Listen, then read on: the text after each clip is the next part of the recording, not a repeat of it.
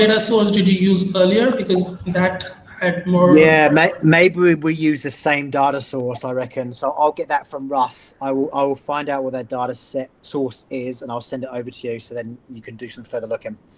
Okay, sounds good. Sounds good. So our first step would be, to use the existing 35,000 players, Yes. import it to the database, and then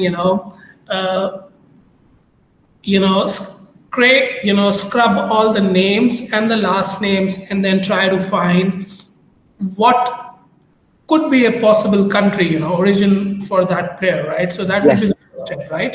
Correct.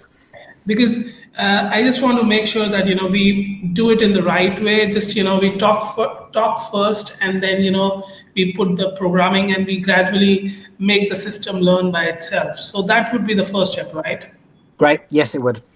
Okay, and then what would be the next step? It would be to search in Google in different search engines, or maybe we find some website where we try to find their parents' names, right? Parent Correct. and grandparents' Yeah. name, right? Yes. And then we again update the parents' name in the same database table where we have the players right now. Okay. Yes. And then we try to find their the countries, possible countries for their parents and grandparents, as we found for the players, right? You got it. Okay. So this is like the most of the work which is done, and then we find like you mentioned some like the marriage data sources or birth data sources. We need to have a specific data source for that country. Maybe we both can work together and find a reliable website. Yeah. And then based on that we can move further, right? Yes. Correct. Okay. So this is a good start. I would say we will not discuss social media or other things right now, but let us start with this thing. Okay. For now. And what I'll do is I'll share you a link for a scraping API which we'll be needing, because if we have to scrape Google over and over again, then Google would block us if we use the same IP. So what we do is we use a scraping proxy. So Yep. I'll share you a proxy website link where you need to purchase a paid plan. We can start with the basic paid plan for now. Okay, and then we can based on the requirement we can slightly go on the higher one. Okay, and that's it for now. Okay. Cool. Yeah. If you could share those details with me, that would be great. Yeah, sure. Yeah. And I have with me Siaram, so he's a senior project manager with more than years of experience. So he would be working on the project with his team member. So you can say hello. Hey, Sharam, how are you doing? Nice to meet you. Good to have you on the project.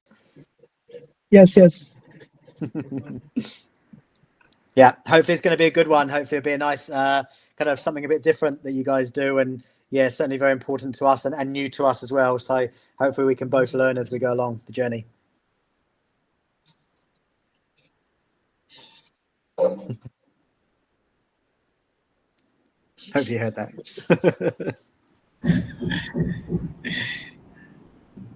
Yeah, definitely. It would be a nice project. Be assured. It's definitely different than what we have been doing. But yeah, sure. So it would be it would be something new to explore. So that's really nice. Yeah. Yeah. Okay. Good. Okay. All right. So do you have all the information you need to start what we've just spoken about? You've got everything you need to kick it off, apart from the data source. I don't know if we've given you the data. Sorry, the data set. Have we given you that yet?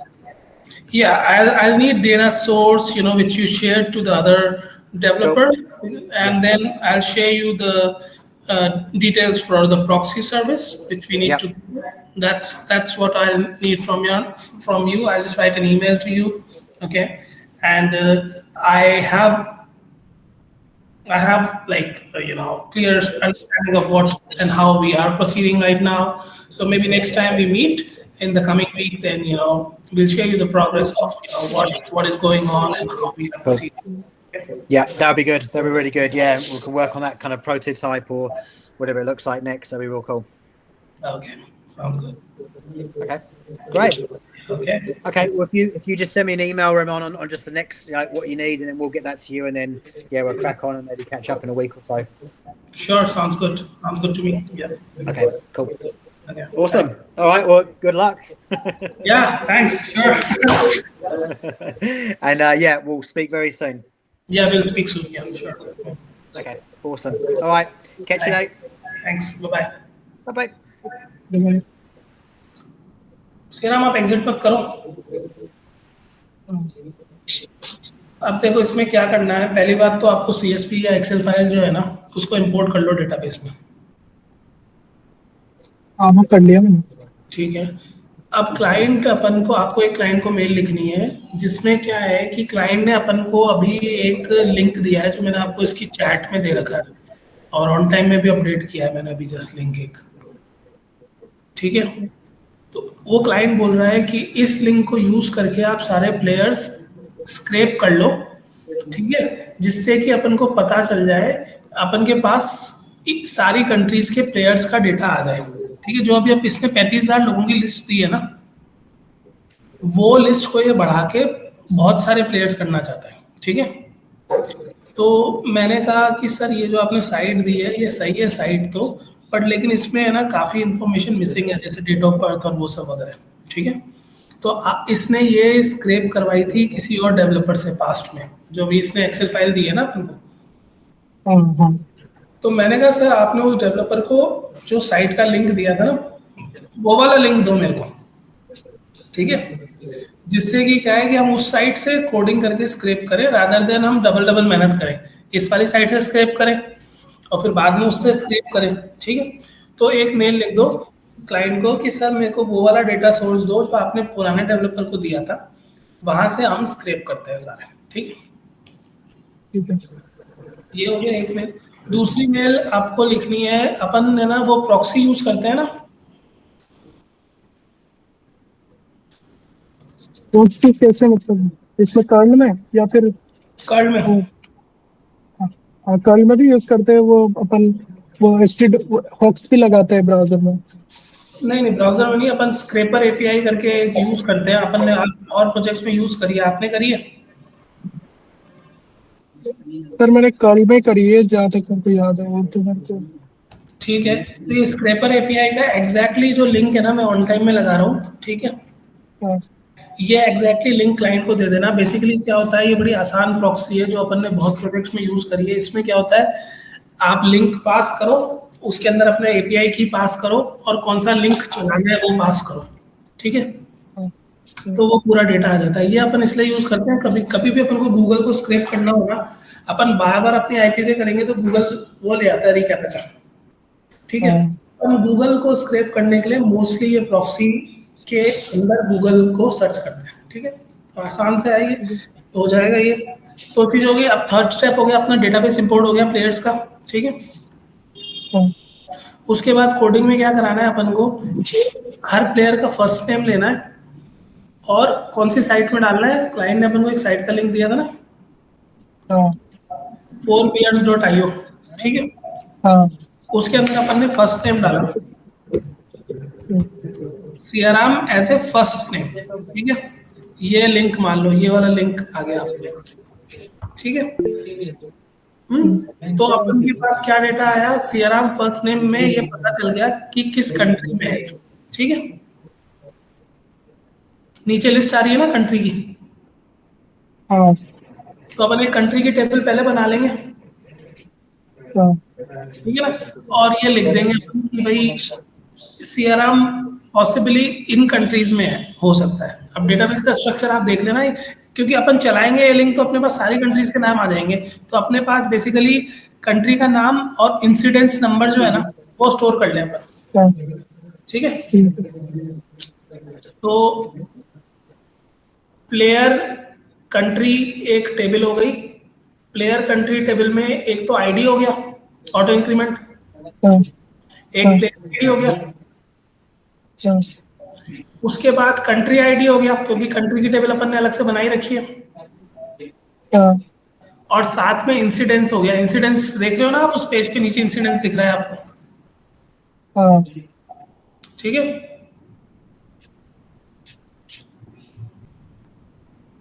दिख रहा है?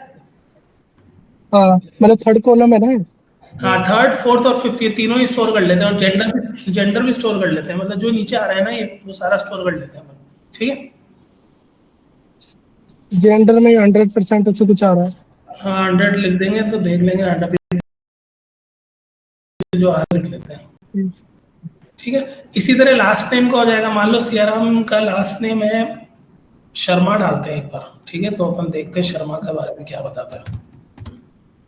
Sharma surname, तो ये link surname और first name का link अलग अलग है यहाँ पे, ठीक है। शर्मा हाँ, में इसने बता दिया कि भाई मोस्टली इंडिया और फिजी, इन दोनों कंट्रीज में सबसे ज्यादा है, तो नीचे लिस्ट में आ ही रहा है अपने पास।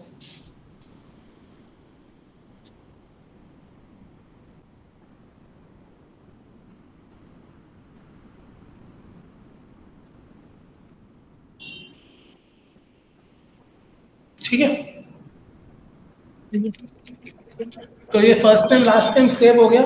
फिर अपन को ये पता लगाना है, अब फिर अपन को नॉर्मल गूगल में सर्च करना है और ये पता लगाना है कि इस प्लेयर के मम्मी पापा कौन है और दादा दादी कौन है।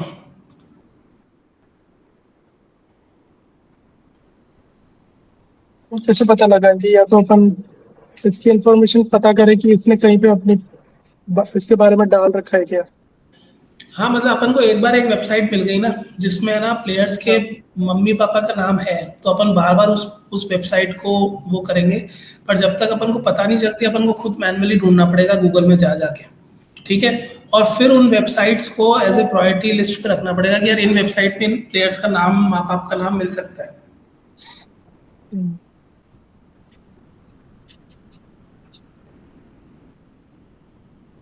हम्म, फिर माँ बाप के साथ भी यही करना है, अपन को पता लगाना है कि माँ बाप का नाम किस कंट्री में मैच होता है, ठीक है।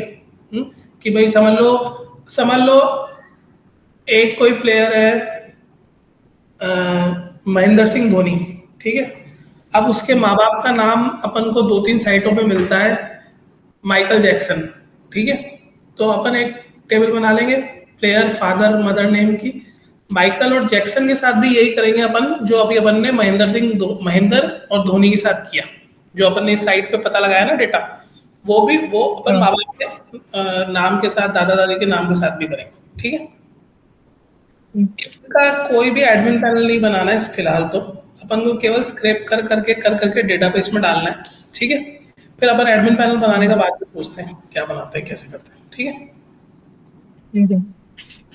बस फिलहाल तो यही काम है इस, ठीक है। ठीक है। ठीक है, और क्लाइंट को मेल लिख देना है 2 चीज़ों के लिए, ठीक है। ठीक है। चलो, ओके। Okay sir.